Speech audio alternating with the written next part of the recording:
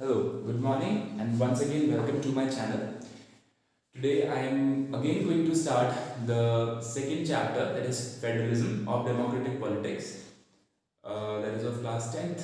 And here I will be taking up the second part of this chapter, and I will be taking up it as a question, which says that is India a federal country? तो आज हम लोग एक सवाल पर चर्चा करने वाले हैं, क्या भारत एक फेडरल कंट्री है, क्या भारत एक फेडरल देश है। ठीक है, हम ये चीज देखने वाले हैं।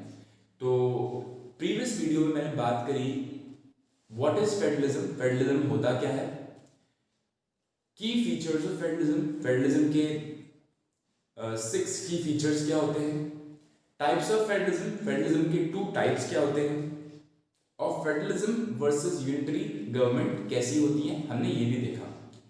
जो हमारे 6 फीचर्स ऑफ फेडरलिज्म है, हमें पहले तो उसको रिकॉल करना बहुत इंपॉर्टेंट है।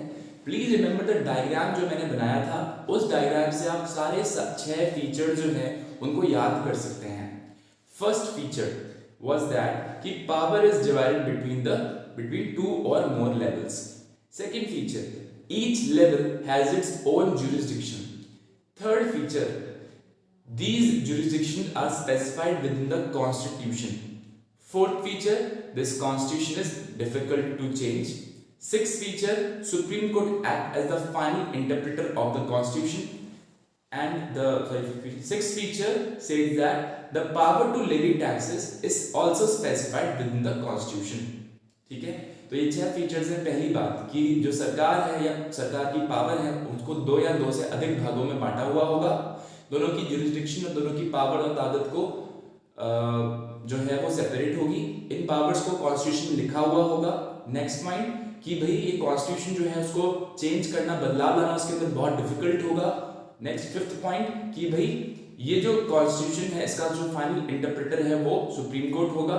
और लास्ट पॉइंट ये है कि जो सेंटर और स्टेट की पावर होगी टैक्स को लेवी करने की, टैक्स को इम्प्लीमेंट करने की या टैक्स को लगाने की, कर को लगाने की, वो भी कॉन्स्टिट्यूशन में स्पेसिफिकली मेंशन होगी, क्योंकि पैसा चाहिए भाई गवर्नमेंट को चलाने के लिए। अब हम इन 6 फीचर्स को यहां पर देखने वाले हैं। इस टॉपिक में भी हम क्या देखने वाले हैं कि इंडिया में ये 6 फीचर्स एप्लीकेबल होते हैं या नहीं होते हैं। ठीक है, तो पहला पॉइंट क्या कहता है, इज इंडिया फेडरल कंट्री। तो डायरेक्टली क्वेश्चन पूछा गया है कि क्या इंडिया एक फेडरल कंट्री है या नहीं है। तो हम सीधा बोलेंगे यस और नो के अंदर एक आंसर देंगे, yes India is a federal country. But this is for 10th class कि हाँ इंडिया एक फेडरल कंट्री होती है। बट जब आप हायर क्लासेस में जाओगे तो आप पढ़ोगे एक word quasi federal. India is a quasi federal country.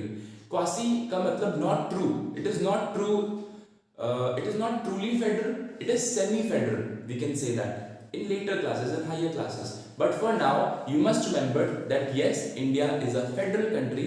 And why it is a federal country? Because it follows all the 6 features that we had discussed in the previous topic. So let's discuss those points or those key features in the context of India. तो हम क्या करते हैं, उन 6 features को India के context में study करते हैं, उनको डिस्कस करते हैं। ठीक है, तो देखो पहला पॉइंट है आर्टिकल 1 से रिलेटेड है। आर्टिकल 1 ऑफ द कॉन्स्टिट्यूशन क्या कहता है। कॉन्स्टिट्यूशन मैं आपको बता दूं व्हाट इज कॉन्स्टिट्यूशन। इंडिया एक रिपब्लिक कंट्री है। इंडिया को जब इंडिपेंडेंस मिली उससे पहले ही 1946 से एक कॉन्स्टिट्यूएंट असेंबली बनाई गई थी जिसने भारत का कॉन्स्टिट्यूशन को बनाया। ये मेरे पास भारत के कॉन्स्टिट्यूशन का एक मिनिएचराइज्ड वर्जन है, बहुत छोटा वर्जन है। भारत का कॉन्स्टिट्यूशन बहुत बड़ा है और एक ग्रंथ है अपने आप में ही, क्योंकि उसके अंदर भारत की जो आधुनिक भारत है उसकी नींव रखी गई है।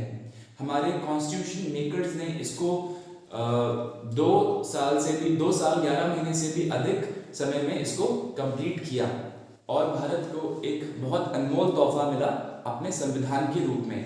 इस संविधान के पहले आर्टिकल या पहले अनुच्छेद में लिखा गया है India that is Bharat shall be a union of states.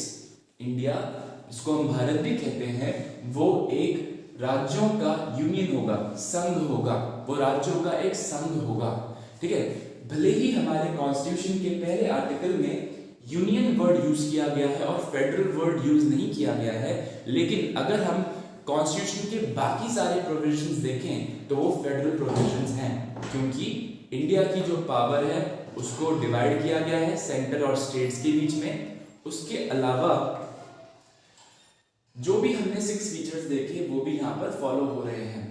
तो हमें याद रखना है कि भले ही आर्टिकल 1 इंडिया को एक यूनियन कहता है, लेकिन जो सारे प्रिंसिपल्स हैं वो फेडरल प्रिंसिपल्स हैं, फेडरल सिद्धांत हैं, ठीक है।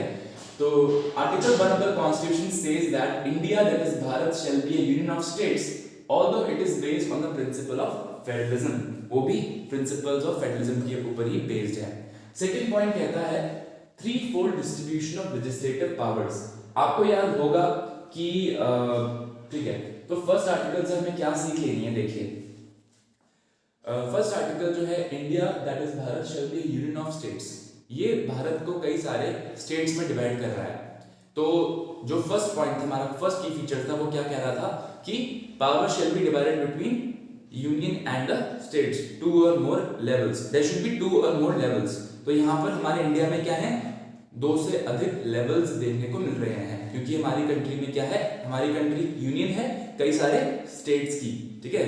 तो हमारी कंट्री वैसे आपको किस टाइप ऑफ फेडरलिज्म में आती है, it is in coming together federalism और होल्डिंग टुगेदर फेडरलिज्म। हमारी कंट्री होल्डिंग टुगेदर फेडरलिज्म में आती है। तो पहले हमारा यूनियन बनता है, पहले हमारा संघ बनता है, भारत का संघ, और फिर बनते हैं राज्य। तो हमारी कंट्री किस में आती है, होल्डिंग टुगेदर फेडरलिज्म में। तो इंडिया जो है एक होल्डिंग टुगेदर फेडरलिज्म बन जाती है अपने आर्टिकल 1 से ही, ठीक है। सेकेंड पॉइंट क्या कहता है, three fold distribution of power. मैंने कल वाले पॉइंट्स में बताया था, फर्स्ट फीचर था T1 T2, सेकेंड फीचर था P1 P2।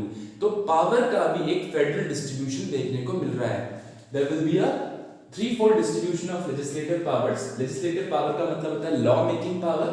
तो ये 3 टियर और 3 लिस्ट बनी हुई है हमारी, 3 टियर्स में हमने बांटा और हमारी 3 लिस्ट बनी है।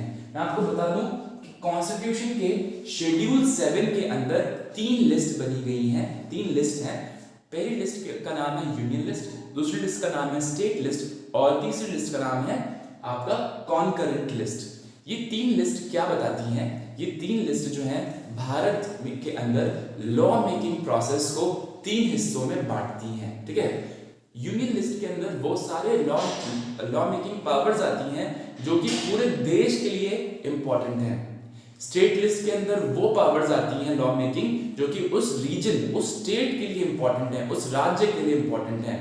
और कॉन्करेंट लिस्ट में वो पावर्स आती हैं जो देश के लिए भी और स्टेट के लिए भी इंपॉर्टेंट है, और इन पावर्स को दोनों ही यूज कर सकते हैं, स्टेट भी और सेंटर भी, यूनियन भी। लेकिन अगर इन दोनों के बीच में कोई मतभेद होता है तो सेंटर की पावर प्रिवेल करती है। तो हमारे पास 3 लिस्ट हैं कॉन्स्टिट्यूशन के शेड्यूल 7 के अंदर, union list, state list and concurrent list. ये 3 लिस्ट जो है भारत के अंदर लॉ मेकिंग पावर्स को 3 हिस्सों में बांटती हैं। तीनों ही जो हमारे यूनिट्स हैं, सेंटर, स्टेट और आप कह सकते हो, हमारे पास तो थर्ड वाला भी एक लेवल है, लेकिन उसको लेजिस्लेटिव पावर नहीं दी गई है, विलेज पंचायत जो लेवल है हमारा, ठीक है, उसको पावर नहीं दी गई है। लेकिन हमारे पास 3 लिस्ट हैं, 3 लिस्ट, जो थर्ड लिस्ट है वो कॉन्करेंट लिस्ट है, और कॉन्करेंट का मतलब भी होता है जहां पर 2 चीजों का मतभेद हो रहा हो या 2 चीजों की पावर्स ओवरलैप कर रही हो। तो कॉन्करेंट लिस्ट जो है वो एक ओवरलैपिंग पावर है, ठीक है, जहां पर हमने कॉन्स्टिट्यूशन के अंदर सेंट्रल स्टेट की पावर, लॉ मेकिंग पावर, ऐसे सब्जेक्ट्स रखे हैं जो कि सेंटर और स्टेट्स दोनों ही इनमें लॉ बना सकते हैं, ठीक है। अब आते हैं हम लोग अपने थर्ड पॉइंट पे। All states in India are not provided equal powers. हमारी कंट्री में सभी स्टेट्स को इक्वल पावर नहीं दी गई है। अगर आप देखो तो कुछ समय तक जम्मू और कश्मीर, कुछ समय पहले तक जम्मू और कश्मीर एक स्पेशल स्टेटस एंजॉय करता था। जम्मू एंड कश्मीर जो है वो एक स्पेशल स्टेटस एंजॉय करता था, और वो काफी ऑटोनमस था हमारे सेंट्रल गवर्नमेंट से, यूनियन से काफी ऑटोनमस था, एक स्पेशल स्टेटस एंजॉय करता था, उसका एक सेपरेट कॉन्स्टिट्यूशन था और एक सेपरेट फ्लैग भी था। यहाँ के इंडियन सिटीजन जो थे वो जम्मू एंड कश्मीर के अंदर प्रॉपर्टी नहीं ले सकते थे। तो there was a right to property जो कि जम्मू एंड कश्मीरियंस के सिटीजन्स के पास था। जम्मू एंड कश्मीर को अभी तक स्पेशल स्टेटस का दर्जा मिला हुआ था लास्ट ईयर तक, लेकिन उस स्टेटस को आर्टिकल 370 को अबॉलिश कर दिया यूनियन गवर्नमेंट ने, और जम्मू एंड कश्मीर स्टेट को जम्मू एंड कश्मीर और लद्दाख 2 यूनियन टेरिटरीज में कन्वर्ट कर दिया। तो आज जम्मू एंड कश्मीर के जो स्पेशल स्टेटस है उसको छीन लिया गया है। भले ही कुछ प्रोविजंस को बरकरार रखा जाए यूनियन टेरिटरीज के अंदर, लेकिन जो स्पेशल स्टेटस दिया था आर्टिकल 370 के अंदर उसे हटा दिया गया है। यहाँ पर मैंने बताया है some states enjoy special powers, example article 370 for JNK gave it a special status, ठीक है। और दूसरी तरफ हमारे पास, एक तरफ तो हमारे पास ऐसे स्टेट्स हैं जिनके पास स्पेशल स्टेटस था, और दूसरी तरफ हमारे पास है यूनियन टेरिटरीज। कुछ ऐसी टेरिटरीज भी हैं जो कि संघ के डायरेक्ट कंट्रोल में आती हैं। यूनियन टेरिटरीज के पास अपनी खुद की कोई सेल्फ रूल या सेल्फ लॉ बनाने की पावर नहीं होती है, वो लोग सेंटर के अंडर ही आते हैं, डायरेक्टली यूनियन या प्रेसिडेंट उन पे रूल करता है। तो on the other hand some union territories are in complete control of the centre, ठीक है। नेक्स्ट पॉइंट है federalism is the basic feature of the constitution, so it is difficult to change the federal provisions of the constitution. ये जो word है basic feature ये बहुत important word है।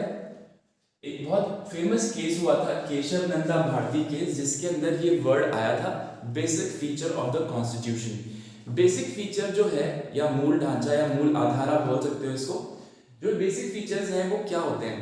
Basic feature ऐसे एलिमेंट्स होते हैं हमारे कॉन्स्टिट्यूशन के, हमारे संविधान के, जिनको कभी भी नष्ट करना संभव नहीं है, क्योंकि वो आधार है हमारे संविधान के, और अगर इनको नष्ट कर दिया तो जो नींव है वो हिल जाएगी।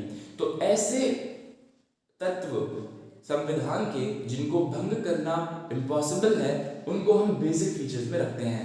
फेडरलिज्म जो है वो एक बेसिक फीचर है कॉन्स्टिट्यूशन का, और उसको खत्म करना इम्पॉसिबल है, ठीक है। और इसीलिए कॉन्स्टिट्यूशन को फेडरलिज्म के मामले में काफी रिजिड बनाया गया है। कल मैंने एक रिजिड कॉन्स्टिट्यूशन का भी डिस्कशन किया था। तो हमारा कॉन्स्टिट्यूशन काफी रिजिड है अगर हम फेडरलिज्म की बात करें तो, क्योंकि कॉन्स्टिट्यूशन को अगर हमें बदलना है फेडरल प्रोविजंस के मामले में, तो हमें क्या करना पड़ेगा? पहली चीज, the bill for such an amendment has to be passed by both the houses of parliament with at least 2/3 majority. तो हमें क्या करना पड़ेगा? अगर हमें कॉन्स्टिट्यूशन या फेडरल प्रोविजन में कोई भी बदलाव लाना है तो हमें एक बिल तैयार करनी पड़ेगी। हमें तो नहीं, जो हमारे मिनिस्टर्स बैठते हैं पार्लियामेंट के अंदर, उनको एक बिल तैयार करनी पड़ेगी। उस बिल को कहा जाएगा कॉन्स्टिट्यूशन अमेंडमेंट बिल, क्योंकि वो संविधान में संशोधन करने जा रही है। अमेंडमेंट का मतलब होता है संशोधन, मतलब कोई बदलाव। तो उस बिल को हम क्या करेंगे? दोनों हाउसेस से पहले पास करेंगे। दोनों हाउस कौन से? हमारे लोकसभा और राज्यसभा। दोनों हाउसेस से हम इसको पास करेंगे, 2/3 मेजॉरिटी से पास करेंगे। मतलब हमारे जो संविधान में हमारे जो लोकसभा और राज्यसभा की जितनी भी संख्या है, लोकसभा के 2/3 मेंबरों का सपोर्ट होना चाहिए, साथ में राज्यसभा के भी 2/3 मेंबर्स का सपोर्ट होना चाहिए। तब जाके वो बिल जो है कॉन्स्टिट्यूशन अमेंडमेंट बिल, संविधान संशोधन जो बिल है, वो दोनों ही हाउसेस से पास होगी। उसके बाद तत्पश्चात हमें क्या करना पड़ेगा? Ratified by the legislatures of at least half of the total states. जितने भी हमारे पास स्टेट्स हैं आज के डेट में, कम से कम आधे स्टेट्स उनको रैटिफाई करेंगे अपनी स्टेट लेजिस्लेटिव असेंबली के द्वारा। अपनी जो उनकी राज्य की जो लेजिस्लेटिव असेंबली होती है, विधान परिषद होती है, उससे भी हमें उस बिल को पास कराना पड़ेगा। एटलीस्ट अगर हमारे 28 स्टेट्स हैं तो 28/2 मतलब 2 1 2 4 8, कम से कम 14 स्टेट्स को अपने स्टेट लेजिस्लेटिव असेंबली से उस बिल को पास कराना पड़ेगा, तभी वो बिल जो है एक लॉ बनेगी। इसका मतलब स्टेट्स को भी एग्री करना पड़ेगा कि हम ये बदलाव अपने फेडरल प्रोविजंस के अंदर चाहते हैं, अपने संविधान में चाहते हैं। संविधान को बदलना इतना आसान नहीं है, ठीक है। स्पेशली फेडरल प्रोविजंस के अंदर हमें स्टेट्स की भी मंजूरी लेनी पड़ती है, ठीक है। नेक्स्ट पॉइंट है judiciary plays the role of overseeing the implementation of the constitution. कल भी हमने डिस्कस किया था कि जो हमारी सुप्रीम कोर्ट और हाई कोर्ट होती है वो एक एम्पायर की तरह काम करती है, अंपायर की तरह, और क्या करती है कि कॉन्स्टिट्यूशन का इम्प्लीमेंटेशन कैसे हो रहा है उसको ओवरसी करती है, ऊपर से देखती है। अगर कोई गलती होती है, कोई वाद विवाद होता है, तो जुडिशरी जो है वहां पर आके टोकती है। और in case of any dispute supreme court and high court makes a decision about the distribution of power, और जो पावर का डिस्ट्रीब्यूशन है उसके लिए फैसले लेती है। ठीक है, last point, the union and the state governments have the power to raise resources by levying taxes in order to carry out या carry on the government। तो वही लास्ट पॉइंट जो हमने कल डिस्कस किया था कि M1 M2 वाला, कि पावर जो होती है स्टेट्स को डिस्ट्रीब्यूट करने की, सॉरी पावर जो होती है स्टेट्स और सेंटर की रिसोर्सेस को कलेक्ट करने की in the form of taxes, वो भी कॉन्स्टिट्यूशन के अंदर स्पेसिफाइड होती है। मतलब राज्य और संघ दोनों ही कर को कलेक्ट कर सकते हैं, टैक्सेस को लगा के, लेवी करके, और ये पावर जो है वो भी कॉन्स्टिट्यूशन में, संविधान में स्पेसिफाइड है। तो हमारा जो कॉन्स्टिट्यूशन है वो काफी एक बहुत डिटेल्ड डॉक्यूमेंट है। इसके अंदर सारी छोटी छोटी बारीकियां जो हैं वो मेंशन है कि कैसे हमारा जो संघ है, हमारा जो फेडरल सिस्टम है वो वर्क करेगा। इसी ने ही इंडिया को फेडरल बनाया है। ठीक है, और हम कह सकते हैं पूरी तरह से कि इंडिया एक फेडरल कंट्री है, क्योंकि यहाँ पर जो हमारे 6 की फीचर्स हमने जो कल डिस्कस किए थे वो सभी के सभी यहाँ पर इम्प्लीमेंट किए जा सकते हैं, उनको इंडियन कॉन्टेक्स्ट में भी देखा जा सकता है। तो आज के लिए इतना ही, कल हम इसके आगे चर्चा करेंगे इस चैप्टर के बारे में। So thank you for today.